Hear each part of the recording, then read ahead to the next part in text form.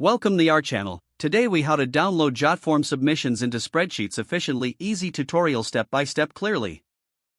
Open your web browser and go to the Jotform website.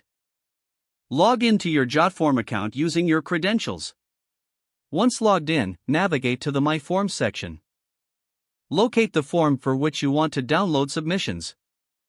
Click on the form to open its settings. On the top of the page, find and click the Submissions button.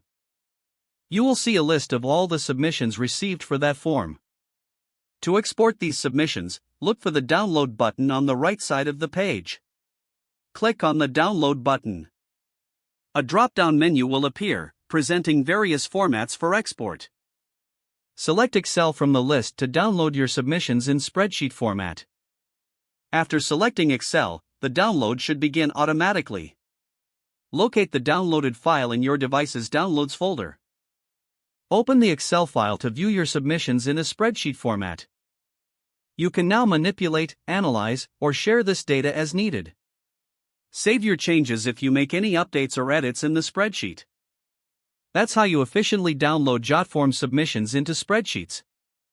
If the page does not load, refresh the browser or try again in a private or incognito window. Make sure you are using the correct email address, then retype it carefully to avoid small typos.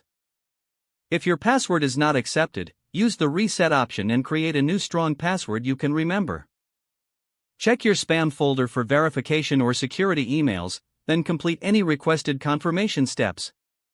Enable two-factor authentication if available to improve account security and reduce unauthorized access risk.